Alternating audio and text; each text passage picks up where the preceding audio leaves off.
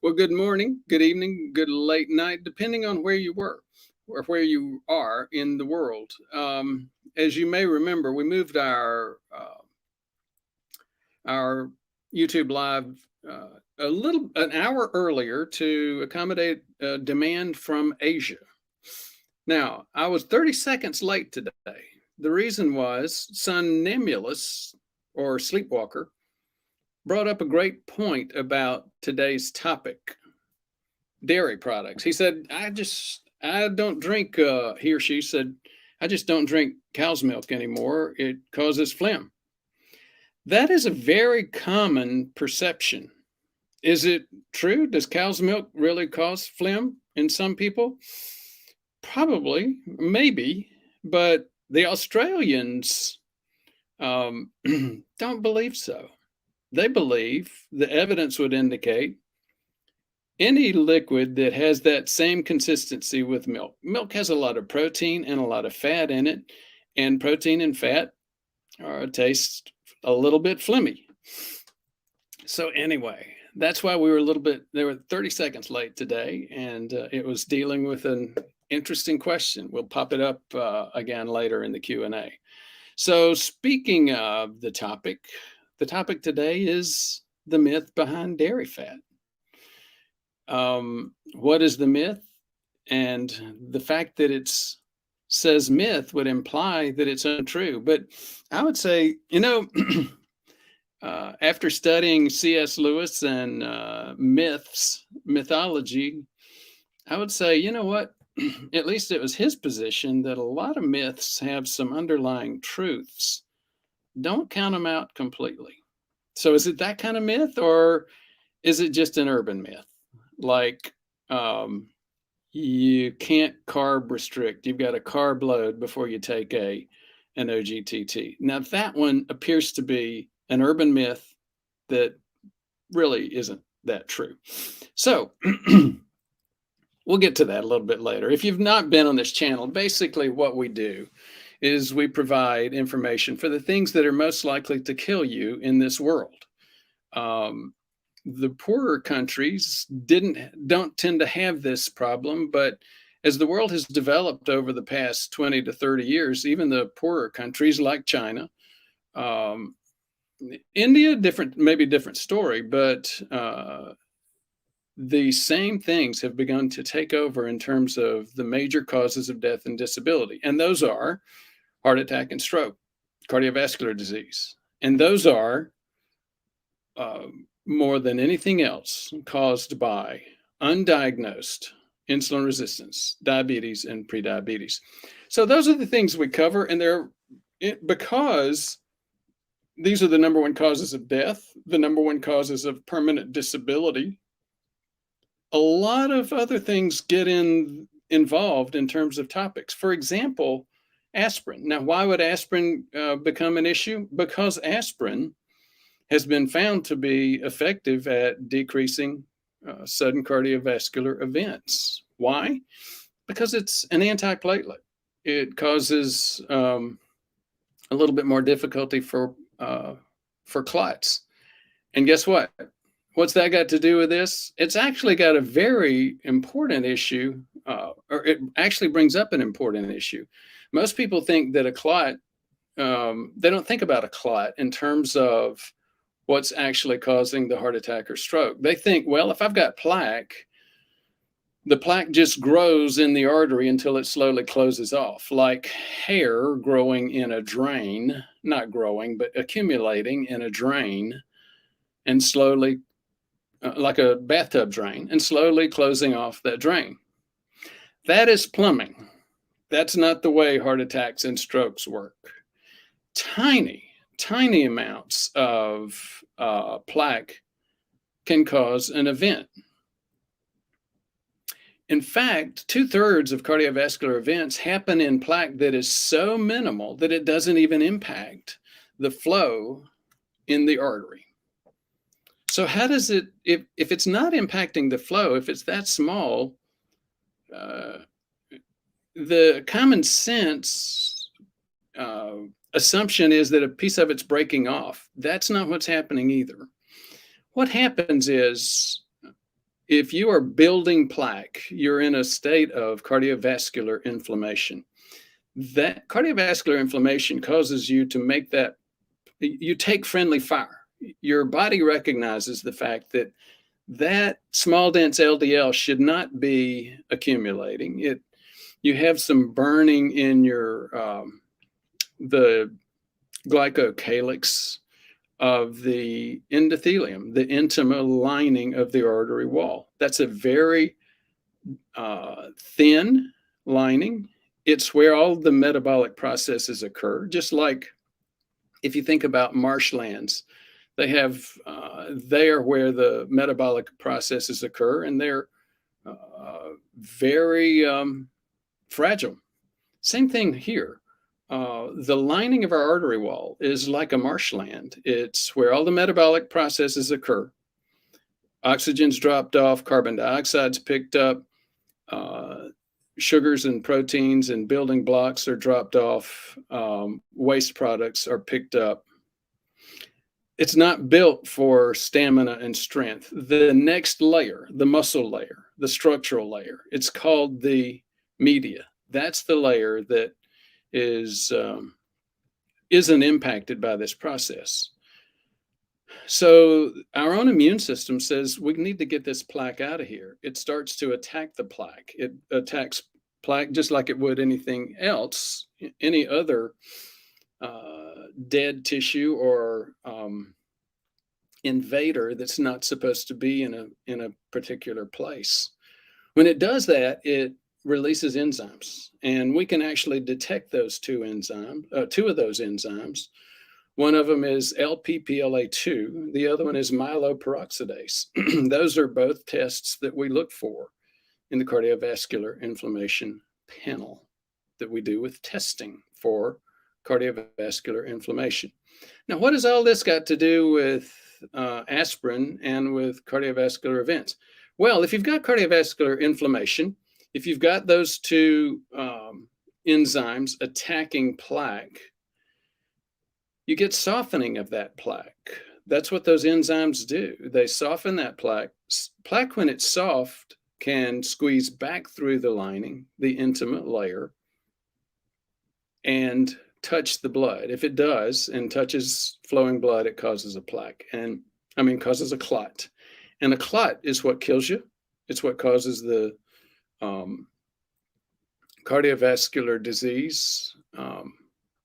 It can even cause chronic disease like heart failure and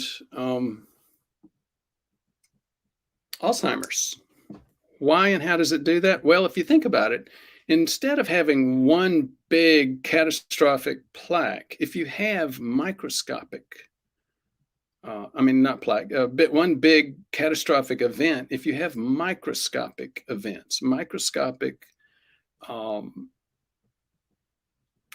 clots, your body begins to look, the tissue of your body, whether it's your brain or your heart, begin to look like Swiss cheese because you lose a few cells at a time instead of a whole section of tissue. So we went way down a bunny hole for that. I don't think we'll have time to go down that many bunny holes during the intro, so I'll hold those to a minimum, but that's what aspirin for secondary prevention is all about. Unfortunately, way too few people are taking aspirin, especially after announcements from the Preventive Services Task Force said, oh, we don't recommend it for primary prevention anymore. We never did. There's a big part of confusion. There's a lot of confusion about primary versus secondary prevention for cardiovascular disease. People think if I've never had an event, then that's primary prevention. No. If you're only taking it based on your age, that's primary prevention. The critical difference here is this. If you have plaque anywhere documented in your arteries, a positive calcium score of any level, a positive CIMT, even an x-ray, sometimes a dental x-ray will show up a little piece of calcium in the arteries of the head and neck. Any of those things indicate that you've got plaque. And at that point, you should be taking at least baby aspirin unless you have something like atrial fib, in which you consider it, at which point you should consider a different type of um, blood thinner. So again, thanks for your patience as I went down that bunny hole. We'll go quicker through the rest of the intro. These are some other topics. Lifestyle changes for New Year's resolutions. You know, everybody thinks that New Year's resolutions don't work. A lot of them don't, maybe most of them. I don't know about that, though. Some of them are very, very successful. If you'd like to get a little bit more understanding of the things that your doctor's not likely to understand, but can really impact your health, as in killing or disabling you, that information is here. We recommend a donation, but other than that, it's free. Insulin resistance course, the cardiovascular inflammation course, the plaque evaluation course. Just go to our website or call Michelle or the office, and you can find out, get that information, how you can get those courses. And if you'll put up the number, it's 859-721-1414. Thank you, Gilbert. That's 859-721-1414. Now, if you're a YouTuber and you'd like to help us get this information out, join the channel. If you're with more of a Locals and Rumble person, yeah, we have content on both of those outlets, and some unique content unique to Locals. The monthly subscription plans we'll talk about later. Somebody asked me today about when the book's coming out that I wrote with Daniel Trevor. I haven't talked with Daniel in a couple of months. The last time I talked we had finished the book several months ago. The last time I talked to Daniel a couple of months ago, he was working on getting endorsements. It takes forever to do the last minute, get their endorsements, get the formatting all set up, even just doing spell checking, believe it or not, is a nightmare for a book. You think spell checking is hard on an email? Try it for a book. Anyhow, all that part's complete. Now he's working on endorsements, and Daniel, if you're out there, give us some information on the dates, and if not, I'll text you a little bit later. It's a little bit early for California time. We are continuing to work on the chronic care management program. We've gotten provisional agreement and certification from Medicare. That was the biggest, longest holdup, and that usually takes anywhere from 3 to 6 months. That part's done. So now we're getting our processes set up. We're going to be showing some videos soon on how you can you can get our services just by paying a Medicare copay. It'll start for those of you with traditional Medicare, and it'll be a slower uptake for those of you with Medicare Advantage. If you're one of those people that just can't wrap your head around doing this remotely, all our patients do it remotely, and the reality is it's very easy, very simple. Again, we will share with you the processes over the next few weeks, and how it works, how the patient experience works. This is the highest quality prevention experience that you're going to get. But you really, really say, I got to do it with my doc, or my doc doesn't understand this. I'd like for my doc to learn this. We heard you. We got a lot of comments and questions and requests about that. So we have developed the Doctors Prevention Network. And in that, we've got a YouTube channel and we've got a website for it. And in those programs, we teach your doctor, your NP, your PA, how to do prevention, at least the basics. Most docs, it takes years, and that's true. It does take years. But again, this process will help you. This website, this YouTube channel, or that one will get you help get your doctor started. So today, as our short topic, we're going to talk about ApoB, LDL, LP little a, and insulin. It was a Peter Attia article. A lot of our followers follow Peter Attia. I do too. He's got some really good stuff. Sometimes, as I've said before, I don't agree 100% with anybody. That just doesn't, that's not unusual. That doesn't make me, I'm not different from anybody else in terms of I don't agree 100% with anybody. But this was a good article. I've gotten a lot of questions about it, especially ApoB. People say, well, I heard on Peter Attia that ApoB really is a big issue. Well, yes, it is a big issue. And guess what? We've been following ApoB for years. Now, what is ApoB?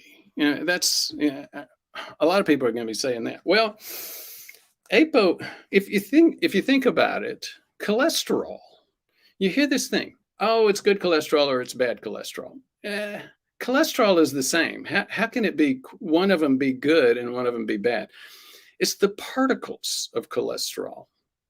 HDL is, many people think, an actor. I'm more likely to think it's a bioindicator. And HDL is what's normally called, quote, good cholesterol. What's the difference between HDL and, quote, bad cholesterol or LDL? It's the protein, it's not the cholesterol. So if you take this bottle of water and you add olive oil to it, you shake it up. I used to have that back at my other studio. I'll need to get that set up again. You shake it up and you'll see a big bubble you'll see a bunch of tiny bubbles when you shake it up, but then you'll see them coalesce into one big bubble. In other words, if we had fat like cholesterol and we put it in our blood, it would cause a clot, or it would be exactly like a clot. It's called a fat embolus. Fat emboli, plural, kill people on a regular basis. They kill them mostly when you have major trauma. For example, broken thigh bones in a car wreck. Now, they're just like a blood clot embolus, except they're fat emboli. But doesn't that create a question? So if I go downstairs and I have a salad with some meat and cheese and oil and vinegar dressing, I'm getting a lot of fat from the meat, from the cheese, from the oil and vinegar. Why don't I have a fat embolus? The body's got an answer for that. Most of the body's answers have to do with proteins, and that's exactly what's going on here. APO means a cholesterol particle forming protein. So ApoA1 forms HDL. ApoB forms LDL, VLDL, IDL, chylomicrons, all of the other cholesterol-containing particles. So again, we went down a bunny hole there, but the point of the bunny hole is, what is ApoB? Peter Attia and some of his attendees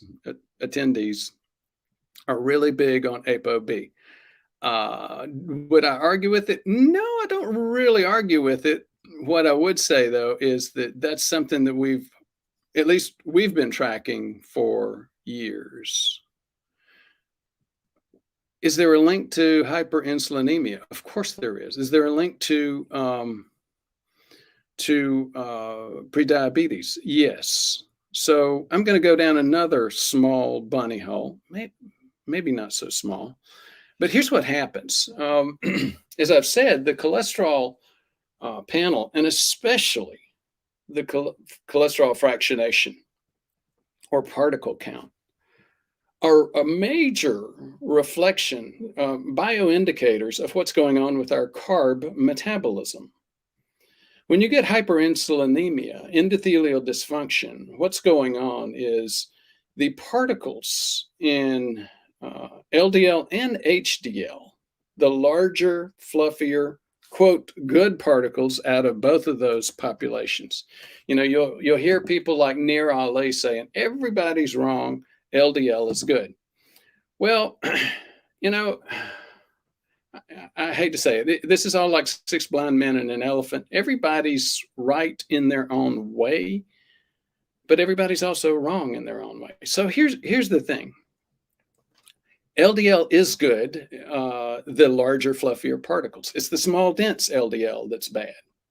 With HDL, yes, HDL is good, but again, it's the larger, fluffier particles that are good. The small, dense HDL particles are just not that, quote, effective. Now, when you say effective and good, here's what I mean by those are maybe not actors in the play so much as indicators of what's happening. So when you look deeper into our metabolism, the larger, fluffier LDL particles and the larger, fluffier HDL particles both begin to replace the cholesterol that they're carrying with fatty acids. I'm not going to go down the bunny hole of clarifying and differentiating cholesterol-laden particles versus fatty acid-laden particles. I'm just going to say that when you've got hyperinsulinemia, insulin resistance, prediabetes, diabetes, those larger fluffy particles in both populations, the HDL and the LDL, they switch out that cholesterol for fatty acids. When a fatty acid laden particle goes through the liver picks it up and metabolizes it. So guess what's happening? You're losing your large, fluffy HDL, which are the most important, quote, actor, but I think more indicator. And B, you're also losing your large, fluffy LDL. What's the result? You get a significant decrease in overall HDL or a good, quote, good cholesterol. And you get a bunch of small, dense LDL particles. And because your LDL is made up of small, dense, your particle count goes way up. Hope that wasn't too confusing, but that can hopefully start giving you the background around some of this question about ApoB. So if you've got a whole bunch of small, dense particles, if you've got more particles, you've got to have more ApoB protein to form those particles. That's why we look at ApoB. Again, yes, I think increases in ApoB clearly are a bioindicator of poor metabolism, poor carb metabolism, just like hyperinsulinemia and endothelial dysfunction. So I'm going to get back to script for a second. Yes, they make recommendations of OGTT in all patients. And yes, they are aware of that. High-fat diets and improved metabolic metrics with ApoB over LDL elevation. So they're talking now at this point, once they get beyond the ApoB concept, they're getting back to the basics where I would agree that, you want to get the carbs out of the diet. And in order to do that, you're usually going to be increasing fats. You got to get calories from somewhere, protein and or fats. So lowering your ApoB to reduce cardiovascular risk does work. And that is where I would agree with him. The question is how to lower it. And again, as they're saying, high-fat diets improve metabolic metrics. Now, we'll get into the issue of familial hypercholesterolemia. These people can have an LDL of 180 or above, whether they're on a statin or not. If you have an LDL of 180 or above, you need to be thinking about the potential for familial hypercholesterolemia. In other words, a genetic thing that happens in about somewhere between 1 in 200 and 1 in 500 families. Familial hypercholesterolemia. It is a very different type of genetics. Now, let's say you've got an LDL and there is risk associated with those families. Not nearly as much risk as you might think, but because almost everybody's still too focused on LDL, they think that's a real big risk. Given what I do, I've got plenty of patients with FH, familial hypercholesterolemia. I can tell you, those folks with FH tend to do fine until they get into their 50s and 60s and they start having problems. Why is that? Well, because they start developing insulin resistance, diabetes, prediabetes, and that's what takes them out. There is a multifactorial component to cardiovascular disease. In other words, things pile up, risk factors pile up. So usually you can do fine with your garden variety FH with a LDL of 200, 250. Now, homozygous FH is a very, very different component. These people have LDLs of 350, 400. Those people can die as teenagers. So don't tell me that increased LDL alone is never a problem. That's not true. But it's not nearly the problem that most people think. The vast majority of the medical community. So let's go back and talk about, what do you do if it's you? What if we'll have a couple of thousand views within 24 hours of this video. And so if it's one in every 200 families that has FH, then there's going to be probably 10 people watching this video that has FH. What do you do? Your LDL is 210. Do you panic? No.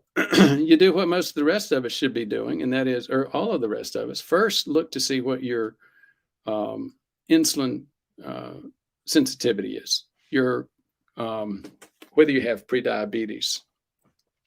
The other thing to think about is you may not have that, or that may not be the major reason why you have an elevated LDL. Your elevated LDL might be coming from lean mass hyperresponder. Now, if you've not heard of lean mass hyperresponder, and by the way, some of those lean mass hyperresponders can get up into the 300s on LDL. If you've not heard of lean mass hyperresponder, take a look at our video with Dave Feldman and plenty of our other videos. Just do a YouTube search for PrevMed, Ford Brewer, lean mass hyperresponder. Anyhow, another bunny hole. Let's get back to the script here. Over on the right in the bottom, familial hypercholesterolemia, increased LDL and ApoB and cardiovascular risk. So that's what we just covered. Now they get into a different topic, Lp(a). Not to be confused with Lp(PLA2). I had another patient just yesterday who kept going back and forth between Lp(a) and Lp(PLA2). Lp(PLA2) is one of those two enzymes that the body uses to attack plaque. It's a test in the cardiovascular inflammation panel. Lp(a) is something entirely different. In fact, it's a genetic variation of ApoB.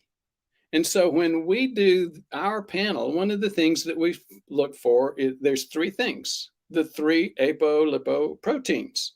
One is ApoA1. Remember, we said in the beginning that forms HDL. The second one is ApoB. We said that forms LDL, IDL, intermediate density lipoproteins, VLDL, very low density lipoproteins, and chylomicrons. Lp(a) is the third apolipoprotein that we talk about. And that one is basically a genetic variation of ApoB. Lp(a) is the genetic variation of ApoB. Now, when you say genetic variation, it sounds like that implies by common logic that either you have it or you don't. That's not exactly what happens. The variation occurs not, it appears that we all have it, or almost all of us have it. The genetic variation appears to be how often we use it.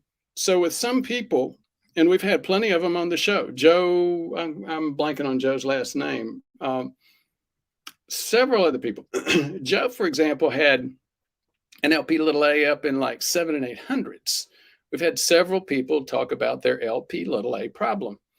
In fact, most doctors won't tell you about it. They won't test for it. They don't know about it because for the longest time, it's known as a risk factor, but it's not. Doctors have a perception that you can't do anything about it. For example, the head of cardiology for Mayo Clinic, about 5, maybe 10 years ago, said, what do you give for LP little a? Well, you give a statin. Does a statin decrease LP little a? Maybe not. But what you're wanting to do is manage all the other risks since you can't manage LP little a. Well, yeah, I guess, but that's certainly not exciting or helpful for those of us who have significant LP little a. Again, let me go back and make a parenthetical comment while I'm down the LP little a bunny hole. And that is, I've got, as you can imagine, with a global practice in cardiovascular prevention, I've got a lot of people with LP little a. There's actually, and with some background in genetics, you might guess some other things as well. And sure enough, there is a group, the French Canadian gene pool, in which LP little a is very, very high. When you have those problems, you start getting in the 700 or 800s, you start getting calcification of the aortic valve. But what most people will say is, oh, once you get over 40 or even 30 for the LP little a, depending on the units you're looking at, you're getting at risk. I can tell you that's not the case. 40s and 30s are just not significant risk. Again, 3 times that is still not significant risk. 10 times that, you're starting to get into some significant risk. So again, let me come back up out of that LP little a bunny hole and just say LP little a, or the use of LP little a, is a genetic LP little a is a variation of the ApoB. And like ApoB, many of us would say it's not the arsonist, it's the fireman. If you haven't heard of that analogy, somebody should ask me about that in the Q&A. Okay, next point on the slide. The question behind starting statins or other drugs to decrease cardiovascular risk. I don't recommend statins based on LDL level alone. And I've shared that many times. I recommend a statin because I don't recommend statins to decrease LDL. That's what most doctors think. It's, sort of a single synapse thing, meaning there's no thought process between seeing high LDL and prescribing a statin. Even the standards committees for the American Heart Association and the American College of Cardiology, they're starting to rethink this slowly, and it's going to take forever because guess what? They're a standards committee and they have their internal human ego issues to deal with and political issues to deal with. But even the ACC and the AHA are beginning to say you need to think through this more deeply. For example, they've said back in 2018, if you're, no matter what your LDL level is, if you have a 0 calcium score, you don't need a statin. Catch the nonverbals here. That was really not, I don't agree with that either. I would say that that's not correct, but that might settle. That's a little bit arrogant of me, and I have my own arrogance. I covered a video where we showed that there are times when you may have a completely zero calcium score, but you have plaque, and that plaque is completely soft. Therefore, risk. Therefore, you have cardiovascular risk. And sure enough, people with a zero calcium score do have a little bit of may have a little bit of risk. Therefore, you can't just depend on calcium score alone. Couldn't resist going. I guess I'm in a mood today. Every subtopic is inspiring me to go down another bunny hole. So thank you for hanging in there with me. If you'll give us the water ball, Gilbert, I'll go into the major topic for today: the myth behind dairy fat.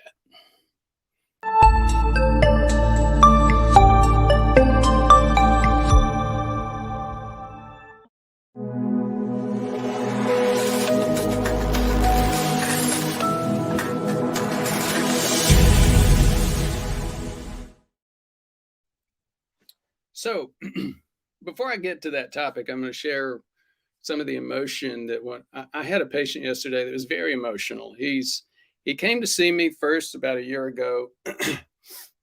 He had done some good things. The major and most important good thing that he had done was a 30-pound weight loss before he came to see me. He hasn't taken his risk completely off the table, but he has really made a big impact on it. He had two siblings have cardiovascular events. One of them died, and he became very emotional about, going through all the stuff. We just went through one slide, and I went down, 4 bunny holes on that slide. My goal is to try to make some things that are arcane a little bit more out there and available. And with all these bunny holes, sometimes you just get snowed under and it sounds like too much to understand. So a major part of that discussion was what I get into with a lot of people that are emotional. They're afraid. Men in the boomer age are not supposed. We were brought up thinking or being taught that crying was the worst thing that we could do. Well, hopefully that's changing some, but I will tell you this. When I get in a one-on-one private meeting with other boomer men, I get a lot of tears. And the reason for that is these men are thinking they're going to die. And it's unfortunate in a lot of cases, in fact, most cases, because they come to me after. Most of the folks that are coming to me after having done a lot of work to lose weight and have taken a major portion of their risk off the table. They just start looking at all the labs that we do and knowing that, LP little a may have a little bit of risk. LDL may have some risk in some areas, but not in others. And HDL, and it's like, and triglyceride over HDL. And it's like, there's just a lot of information. If you get confused about that, get the courses. In a couple of hours, you can get the basics.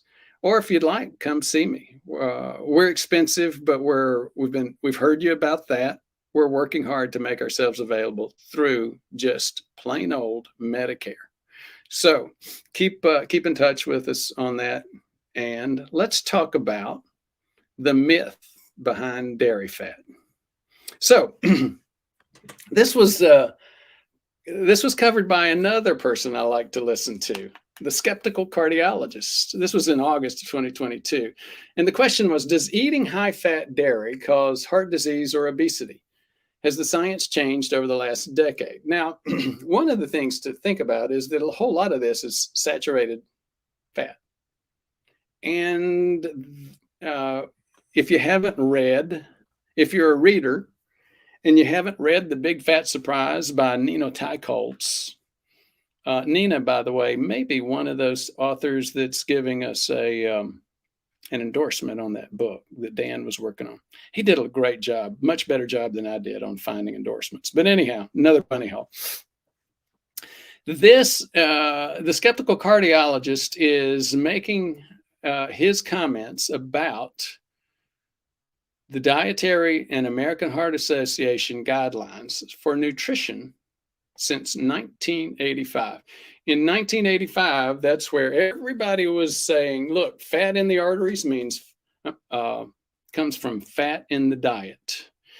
So guidelines are used to recommend removing dairy fat from processed dairy. Evidence is turning to suggest full-fat dairy actually might reduce central obesity, diabetes, and cardiovascular disease. How does it do that? Is saturated fat good for you? Not necessarily. If you go back and you look at the not one, but two meta-analyses that have been done and printed in JACC, published in Journal of the American College of Cardiology, there's since Nina Teicholz's book, The Big Fat Surprise, both of those articles would say saturated fat is not causing a problem or cardiovascular risk. They both also said they don't save you, but they're not the cause of the risk. So in other words, like I have said many times, the smoking gun that I see is insulin resistance, failed carbohydrate metabolism. Anyhow, those ACC 2020 guidelines, American College of Cardiology, saturated fats and health, a reassessment and proposal for food-based recommendations. So you see what this is saying? This is a JACC, Journal of the American College of Cardiology, state-of-the-art review. In other words, it's a science review. It's showing that, look, whole-fat dairy is not causing a problem. And yet we still have recommendations that say that recommend minimizing fat. So it's like, why is the Standards Committee for Nutritional Guidelines so backwards? I'm sure that there are plenty of you out there thinking about, well, it's money. It's, the almighty dollar. It's more than that. That's very true. I used to stay away from hot political topics, and now that I've gotten old and cranky, I don't stay away from them so much. A lot of the nutrition science is funded by the large companies that make the quote nutrition. The fox is guarding the hen house. It's just like big pharma paying for pharma research. Big food pays for big food research, and they also donate a lot of those research money to the experts of whom the expert community is the source for the people that appear on the standards committee, the committee that sets the guidelines. So the people on the committees are getting research funding directly from food manufacturers. But that's not it. I mean, that's a big part of it. There's no question. But that's not the only piece. The other piece is, if you're an expert in something, it's really, really hard to admit that you're wrong. So, in many ways, the expert committees are going to be the last place to get the message. Who's going to get it first? Grassroots, goofy places like the internet, Dr. Google. Well, that's a problem because YouTube, Dr. Google, the internet, that's where a bunch of really bad financial conflict happens. Anybody and everybody and their dog wants to sell something because so they want to fit the facts for what they're selling. And you see that the internet has more of that than the standards committees. Maybe not, but it's got a lot of it. So what do we do? That's one of the reasons for my channel. Again, I was trained at Hopkins. I was faculty there. I was more of an epidemiologist, somebody who studies the quality of research. And that's my goal, to actually put the science up. That was my original goal for this channel, to talk about prevention, but not prevention like you see with some of the guys. You know, at least some of them that I'm talking about. If you're selling supplements, all of a sudden supplements are very, very important. Supplements can be important, but not nearly as much as they are if you're selling them. So let's go back to the script. So these guidelines, the ACC, American College of Cardiology 2020 guidelines, showed a trend to change the previous mindset. Most recent meta-analyses, as I mentioned, found no benefit on reducing dietary saturated fatty acids, SFAs. No benefit on cardiovascular disease risk or total mortality. Total mortality, that's a different issue. It's a little bit harder bar to hit. I'm not going to go down that bunny hole. At least I'll save you from that. But they do increase large LDL particles. What does that mean? Don't you remember we went back down that bunny hole earlier about LDL particle count is really more of a reflection of your carb metabolism. And so if you're getting more fats in your diet, replacing carbs with those fats, you're going to be your liver is going to be chewing up fewer of those large fluffy LDLs because they haven't replaced those large fluffy LDLs with fatty acids. Remember that? So anyhow, whole fat dairy, unprocessed meat, and dark chocolate are saturated fat rich foods. The Dietary Guidelines of America, DGA 2020 in the US, they propose to include fat-free or low-fat milk, yogurt, cheese, lactose-free versions, and fortified soy beverages. Well, lactose is a different issue. Many of us, especially Caucasians, the Caucasian gene pool, and especially as the aging Caucasians tend to have problems with lactose. They can't digest it well. So that's really going down a totally different issue. It's not cardiovascular disease from saturated fatty acids. So again, when you look at these different things about science and scientific recommendations, you have to remember that you can pull in things that are totally unrelated. And that's what happened with this lactose-free version. Anyhow, this group, DGA, Dietary Guidelines of America, suggests limit the saturated fat to less than 10% of calories per day. And that recommendation, that limit, or the recommendation for limiting saturated fat is still very prevalent. If you don't believe that, just bring up a conversation about diet. So back to the skeptical cardiologist. He brought up a great slide. So here's the slide. Saturated fat consumption. U.S. per capita consumption in pounds of butter versus margarine.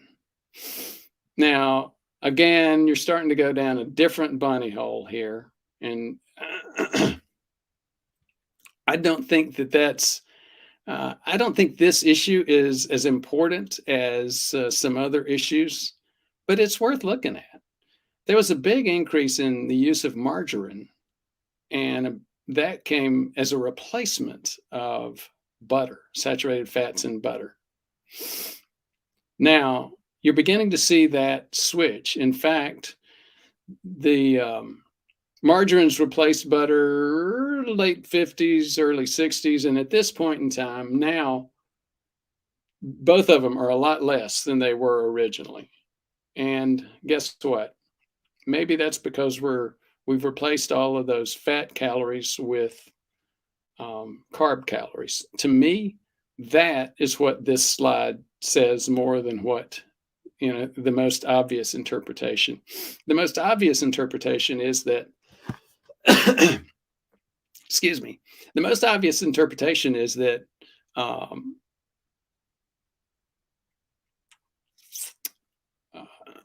excuse me, saturated fats in butter were replaced with vegetable oils in margarine.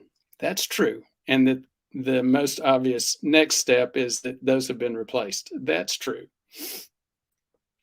My interpretation is look at those. Look at the total. Back in 1910, the total consumption was about 20 pounds of butter and margarine together. In 1940, the total consumption of butter and margarine was still about 20 pounds. But look at it now in 2010. The total consumption of margarine and butter is less than 10 pounds. What did we replace those calories with?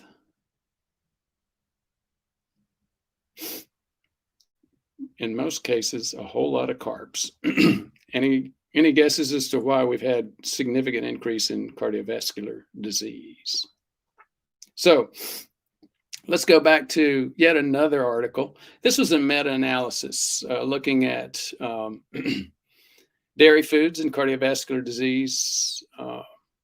The authors reviewed the relationship between the two. They looked at 64 articles.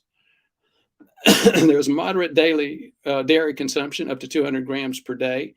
And they said it has no detrimental effects on cardiovascular disease. That was in an article that in a journal called Nutrients, published in 2022 in Italy. And they said it really doesn't, moderate dairy consumption, 200 grams per day, has no detrimental effects on cardiovascular health. It depends more on the food type and other things than the fat content.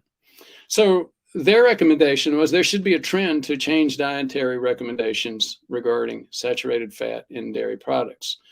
So again, you look at this and you see article after article after article. And this meta-analysis is not one of the two major ones that I've referred to that came in JACC, the Journal of the American College of Cardiology. The case, if you have questions about whether saturated fat is a real risk factor, why? So thank you for your interest. We're going to get to the Q&A as soon as Gilbert gives us the intro.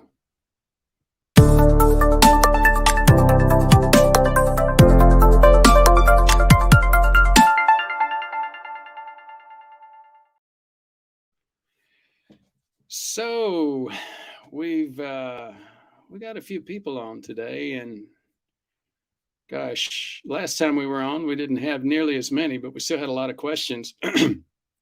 I can tell you already, we're not going to get to all the questions. I'm going to go through as many as we can, though. Dwight Baldwin says, what's the status of the book you were working on with Daniel? As I said, Daniel's was a great book, by the way. He's a good writer. He's very down to earth. If you compare that to the book I wrote, his is much more readable, very interesting. Mine gets a lot more scientific, and I write like I talk. I go down a lot of bunny holes. Dwight Baldwin also says, what are your thoughts on taking high polyphenol olive oil for cardiovascular health? There have been some recent studies that indicate it can lower biomarkers like B, small LDL, LDL oxidizability. Well, the answer is that's not new. We've known that for a while. I'm a big fan of olive oil. I always have been. And I wrote that out for you, Dwight. Now, like everything else, you get a lot of debate about, well, wait a minute, what's the good? There are good and there are bad olive oils. You know, that's sort of like the analogy about a bad day fishing is better than a good day at work. You know what? To me, I think a bad olive oil is better than good cereal and orange juice for breakfast. So my point is, you can get into arguments with the olive oil snobs about what the best olive oils are. But the reality is, I tend to, I'm from the South. From a small town boy from the deep South, and what I see in terms of exposure, not so much in my patient population, but in culture, the people that are eating the standard American diet is, look, just, that's the major alternative. Um, let's get people on olive oil rather than um, pasta, pizza, orange juice, beer, high carb beer, and cereal.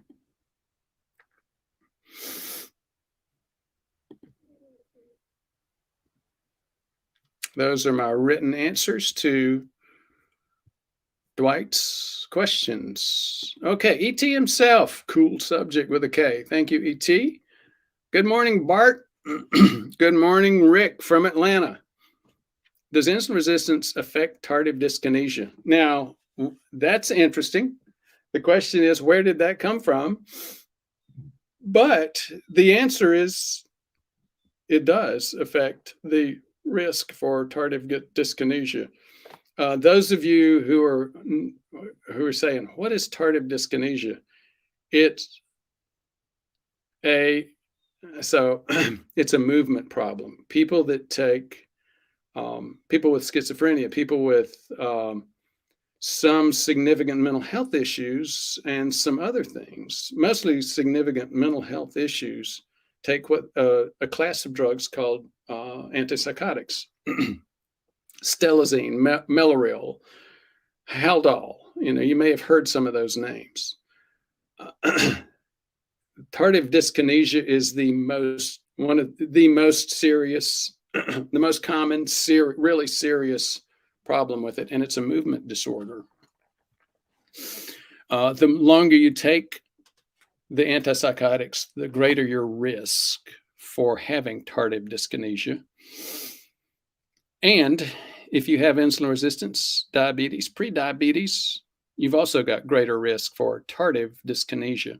Now, you put that together with the fact that most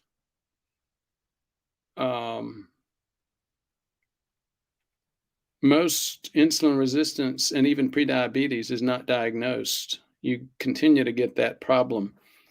Yet another place, just like the whole pandemic, where we thought the virus was the problem, but the underlying diabetes and prediabetes may have been a bigger one.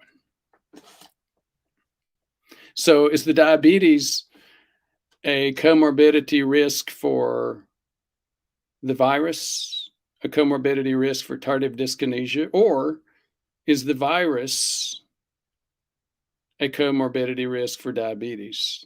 Is taking antipsychotics a comorbidity risk for diabetes? I don't know. You tell me. Linda Buckner, good morning from Gulf Shores. One of those rare Wednesdays when I can join your live. I'm glad you could join us, Linda. We appreciate it. The sleepwalker discovered after much phlegm and intolerance that cow's milk is not good for me. Oh, you know what? I saw that, Mr. Sleepwalker, somnambulist. And you know what? That's a debatable point. At least the experts in Australia think differently. In fact, they say it's very common to think that milk causes a lot of phlegm. And I've felt that I've reacted that way to some foods sometime. What they would say, though, is, that's the Haldol answer. The Australians would say, well, I've got it written out somewhere. I gave you the link. The Australians would say it's not the milk itself, it's the consistency of the milk. And when you think about it, milk has a lot of protein, glycoproteins, which are slick by nature, and carbs in it. So it's got sort of a slick, phlegmy kind of consistency, and Again, some experts, and these were some pretty good ones, say it's really the consistency of the liquid, not your reaction to it. Linda Buckner, I'm a patient at Jubilee Health. Yeah, I think didn't we run into each other when I was you were coming out the door and I was coming in one of the clinics, I think, a few months ago. Taking 10 milligram rosuvastatin daily. How much CoQ10 should I be taking? I'm 83 with verified plaque. I'd talk with my doc about getting down to a little bit lower level, more like 5. I'll leave that as it is. Melissa, regarding the above about olive oil, what oils should people completely avoid? Well,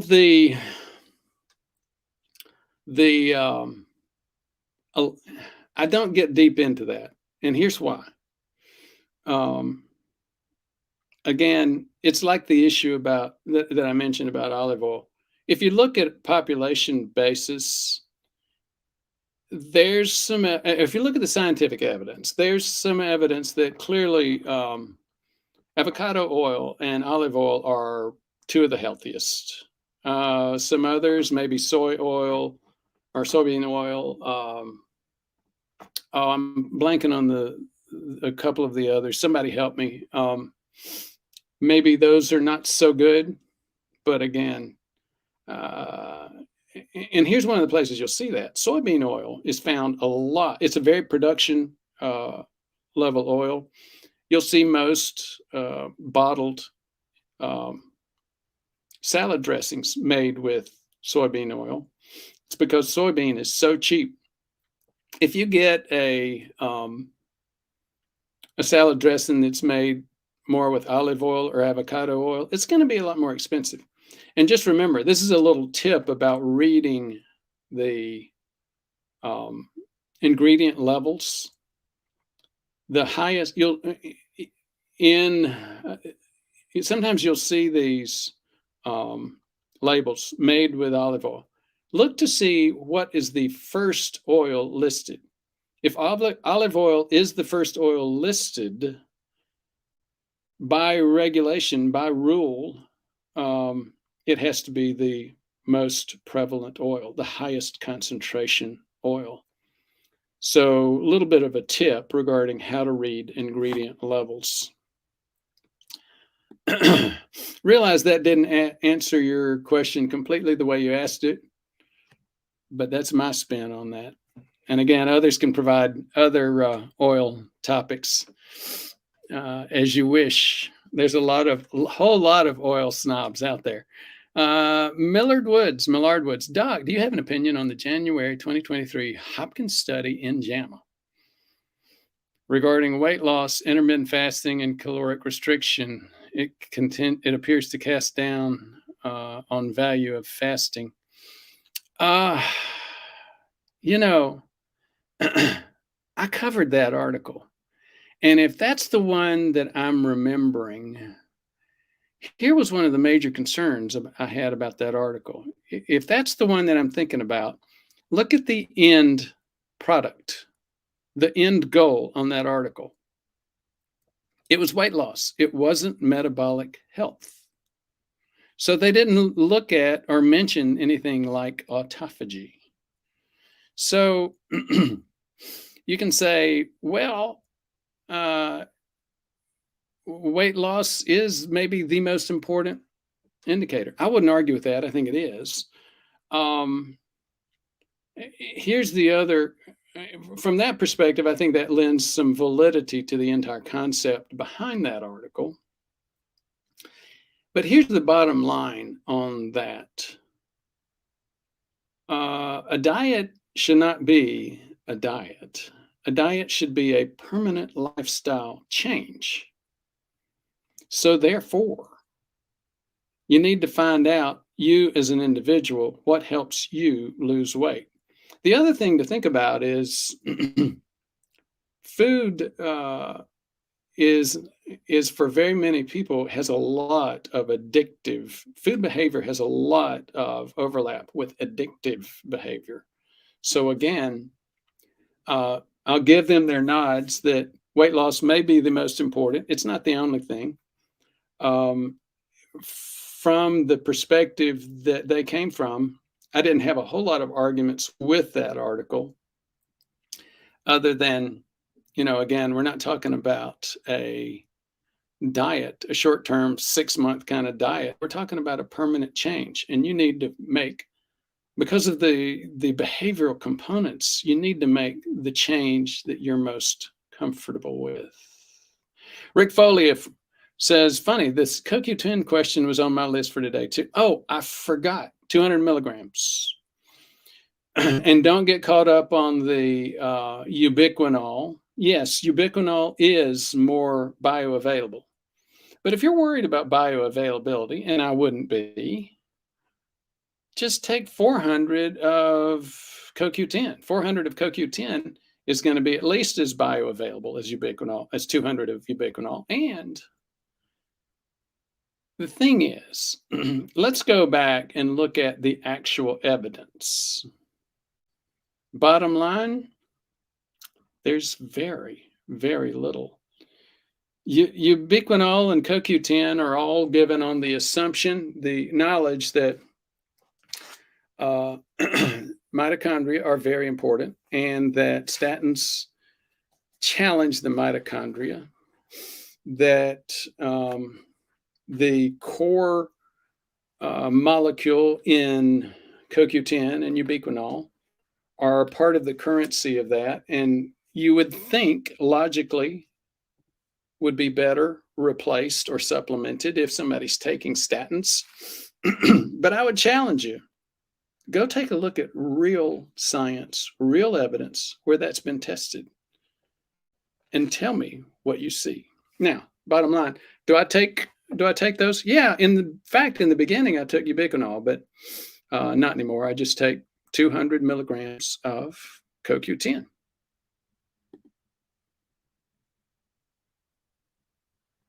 Oh my goodness, now they're finally just getting to the point. My written answer about milk and milk and phlegm. Alex L. in Tampa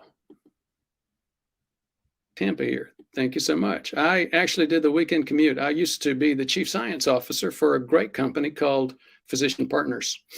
They actually are our largest partner now in the Alabama project. They're doing a great job. They do a great job.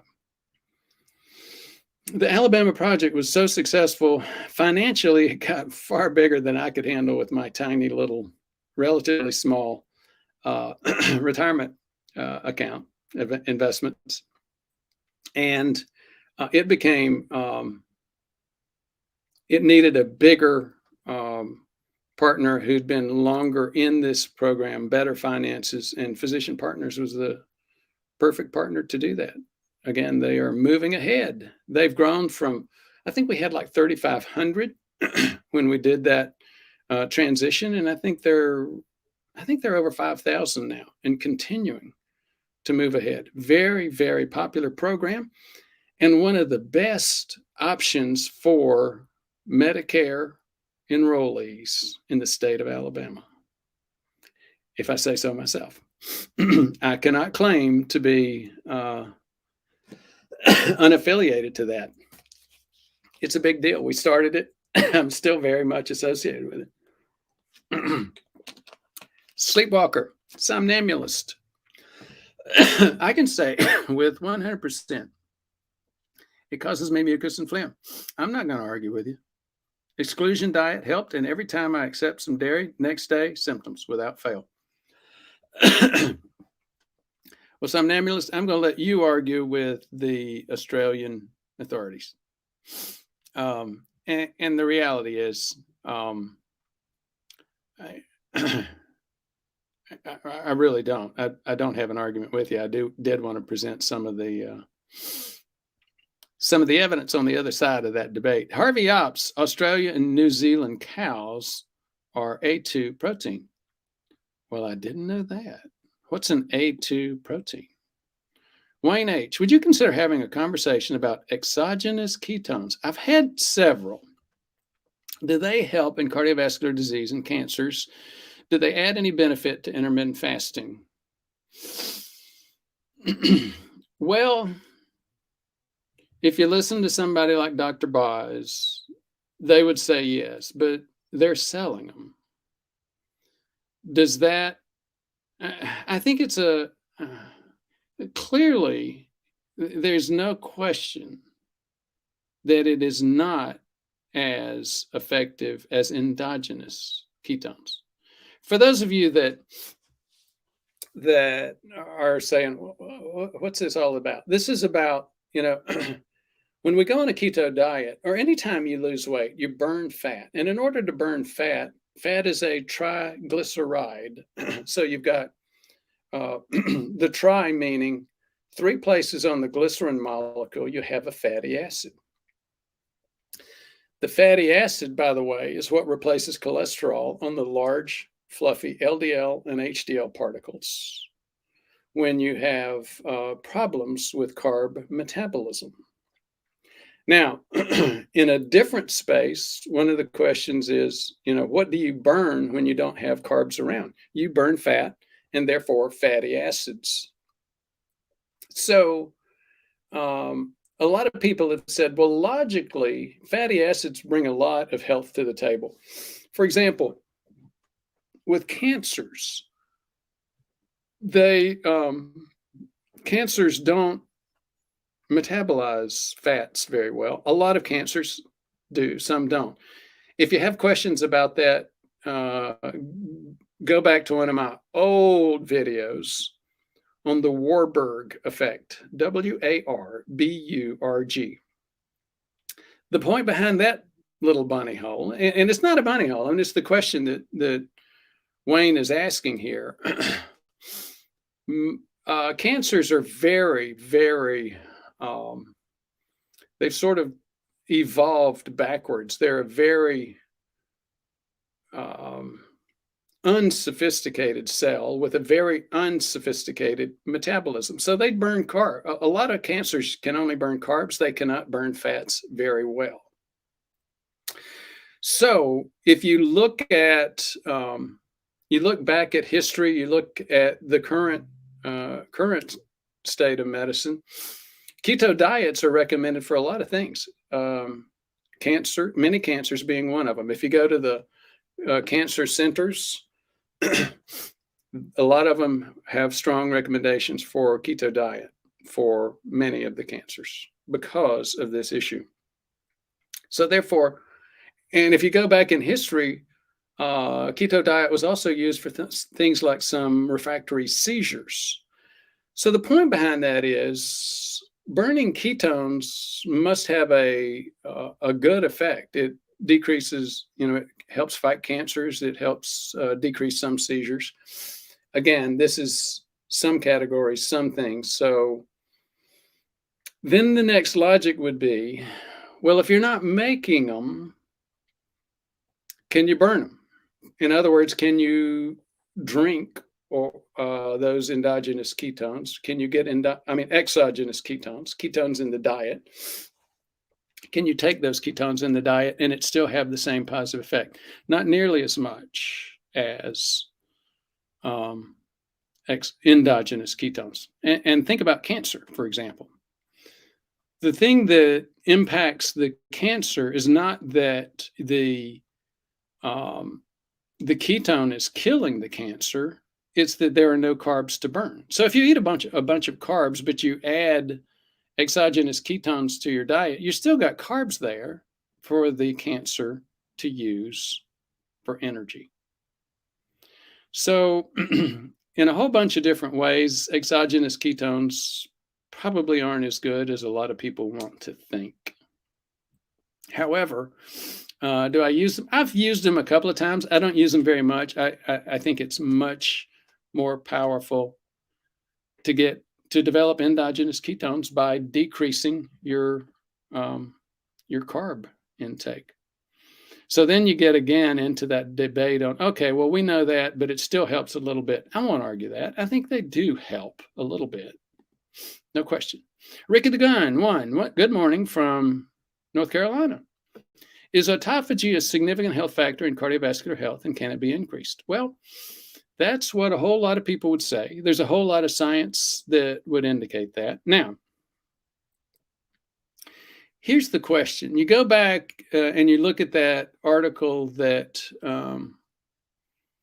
that he mentioned a few minutes ago. I can't remember who mentioned it, but the whole point was, well, you know what? If you're looking at weight loss, caloric restriction was just as good as intermittent fasting, maybe a little better.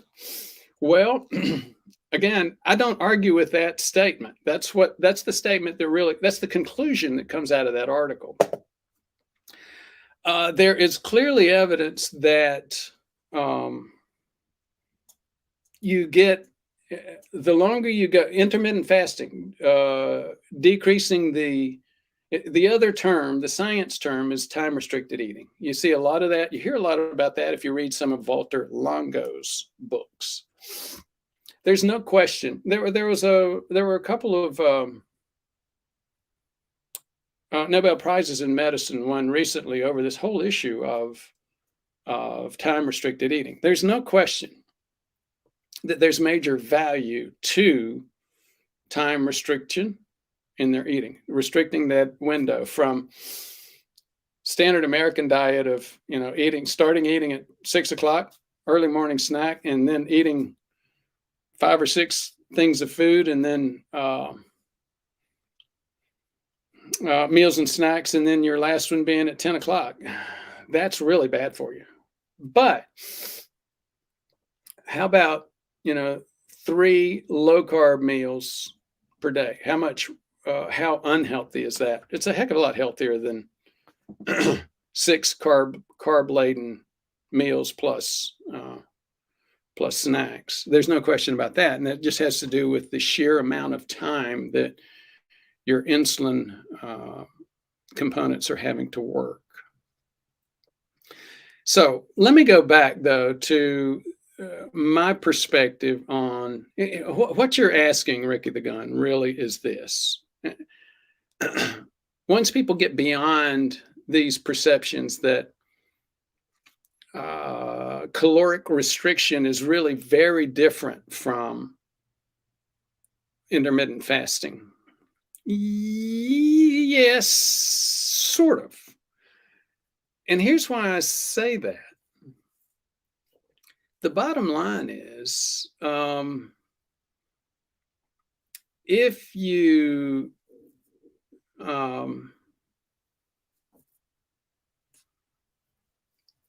if you're doing enough caloric restriction to where your body's losing weight, by definition, if you're burning fat, by definition, you're not getting enough food in your diet for the energy that you're burning. Well, if that's the case, how can you be in a constant state of getting enough food in your diet without having significant autophagy? Do you see what I'm saying? The point I'm trying to make is, if you're losing weight, you got to be in autophagy. Whether you're doing time restricted eating, whether you're eating once a day, a 3-hour window, or an 18-hour window. If you're losing weight, you still got to be having some autophagy going on.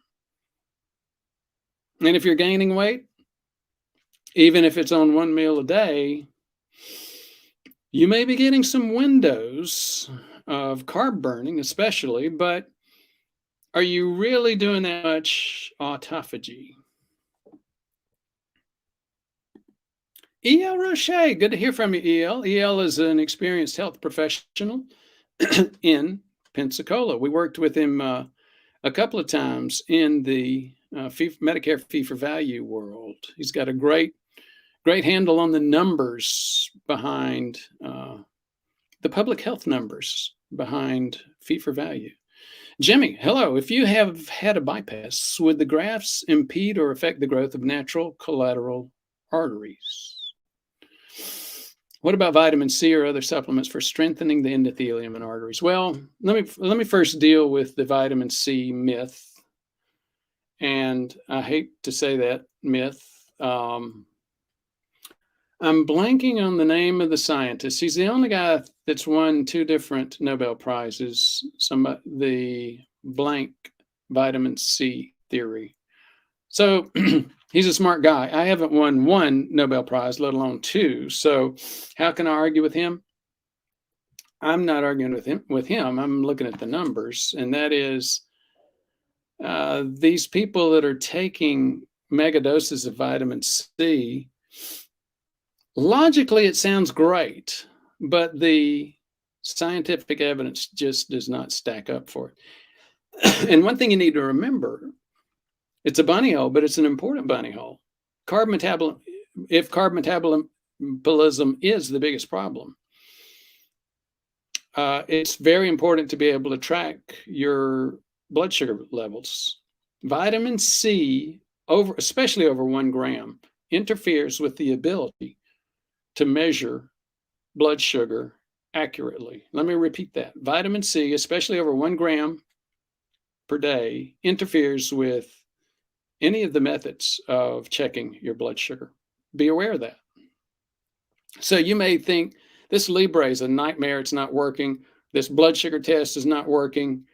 I went to the lab and that's not working. Well, think about it. Go back and look to see if you're taking mega dose vitamin C. So that's my points about vitamin C. Now, you had a different question. Does bypass impede or affect the growth of natural collateral arteries? Well, of course it does. If you're taking an internal mammary artery and transposing it for use, yeah, you're not getting flow through the original arteries that would have formed a collateral. So, I mean, there's no way it could not do that. I'm not sure that I'm understanding your question, Jimmy, because it seems so obvious. ET himself, thumbs up, folks. Thank you so much, ET. I appreciate that. And there's a super chat button. Gilbert's showing how to, if you want to make a quick contribution today, you can't do that on a iPhone. I found that out the hard way the other day. I was watching a lady named Janine Aviev or something like that. Great billing person, as we're having to learn billing as we get into Medicare. Oh, what a nightmare. But I was going to she does a great job, and I was going to give her a super chat. But I was on my iPhone and I couldn't find it. So if you're on your iPhone, don't spend a lot of time looking for a super chat. If you're on your computer, that's where you find it, right down at the bottom of where to make a comment. DB, calcium score 1900. What can I do? I still can't believe it. They say I'm asymptomatic. DB, you look like a female. You may have heard my comment. That's earlier, and I'll share it again. The most common reason for coming to see me is somebody that's had a significant positive calcium score. And it's like, oh my God. Mortality stares you right in the face. That's a scary thing. And even though boomer men have been trained all their life, you don't cry, you don't cry, you don't cry. I get a lot of boomer men coming to see me with positive calcium scores, and they start crying because they're afraid they're about to die. Not so fast. Slow down. Think about all the stuff we cover on this channel. First thing I would do, come see us. If you don't come see us, the first thing I would do is get an insulin survey. And if you don't have an insulin survey, you don't know how to do it, we can show you that. If you don't want to come see us, I talk about it on this channel all the time, how to do that. It's the test where you come in, you draw the blood sugar and the basal insulin after fasting for 8 hours. Then you take that 75 grams or preferably 100 grams of glucose, And then an hour later and 2 hours later, you check the glucose and the insulin again. And that's going to tell us if you've got a carb metabolism problem. And if you've been listening today, or if you've seen more than 3 of my videos, I say it over and over and over again that, folks like you don't, most of the time, don't have,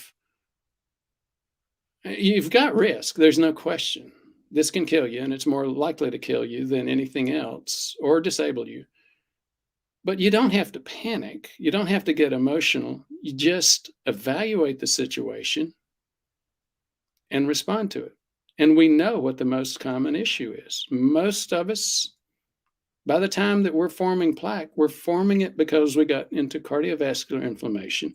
And we're getting into cardiovascular inflammation because from an aging perspective, we're losing our ability to healthily manage carbs. Now, there are other reasons. There's no question. We talked about Lp(a) before. We haven't mentioned the inflammatory diseases. Not all inflammatory diseases cause this problem, but a lot of the inflammatory arthritides do. Lupus, the archetypical inflammatory disease, rheumatoid arthritis. I've got several patients right now that have psoriatic arthritis. So these rheumatoid arthritides, in other words, joint inflammatory processes, inflammatory diseases, are the ones that really do have significant cardiovascular risk factor. And so you manage that in conjunction with me and your rheumatologist. Aura Ruth, hi doc, from you know where? Exactly right, the Middle East. Thank you so much, Aura. Aura Ruth, we're happy to hear from you. Ricky the Gun 1, and I'm going to have to jump at 11:30 Eastern time, where I am.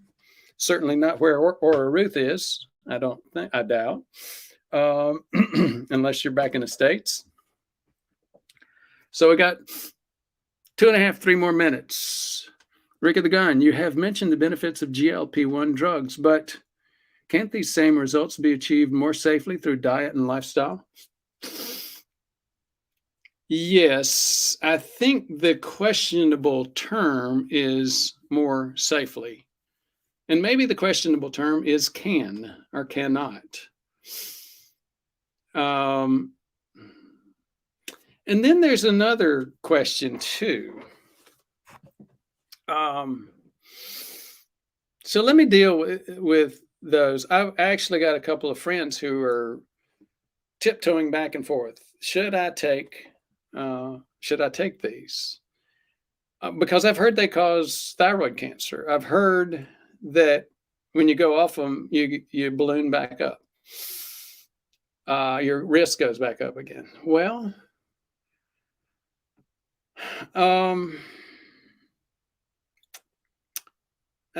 it is associated with thyroid cancer, endocrine cancers, and managing your lifestyle is not associated with those kind of cancers. There's there would be no black box warnings. There's no prescription requirement for somebody to just lose weight, start doing resistance training, increase their muscle mass, decrease their body fat,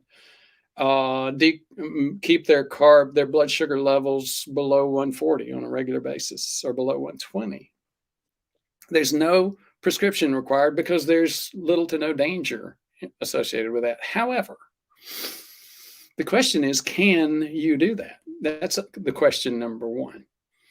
If you can't, then it's more dangerous to continue to go without it. Number two, safety.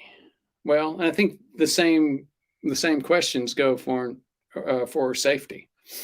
There's no question that for someone that's achieving major improvement in their diabetes, they are saving lives. I mean, You can't argue with that. You cannot argue with the CVOT trials, cardiovascular outcome trials. Now, I think what your point is this. The assumption that in the cardiovascular outcome trials, a huge portion of these people were not managing their weight loss. They were not managing their day-to-day carb things. They were eating plenty of carbs. They were staying heavy, and they were having risk associated with that. Here's the question. Now, what's known, if you're going to do that, not manage your lifestyle, you clearly are in a mode to get your life saved with these new drugs. The question that's not really known, and it's going to be a long time before it is known, is if you manage your lifestyle completely, are you going to take all that risk off the table? Or does taking one of these drug categories help? I'll tell you, I would be a poster boy for that. And it's very interesting. There are plenty of us out there who, even though we keep a BMI of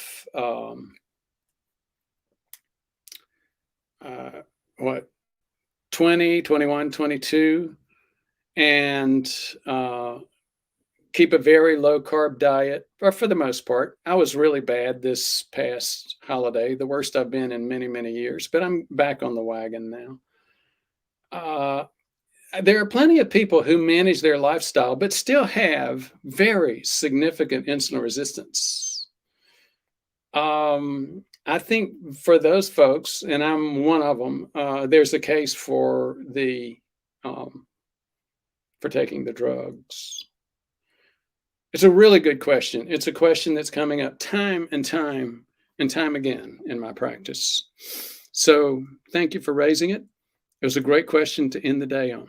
Thank you so much for your interest.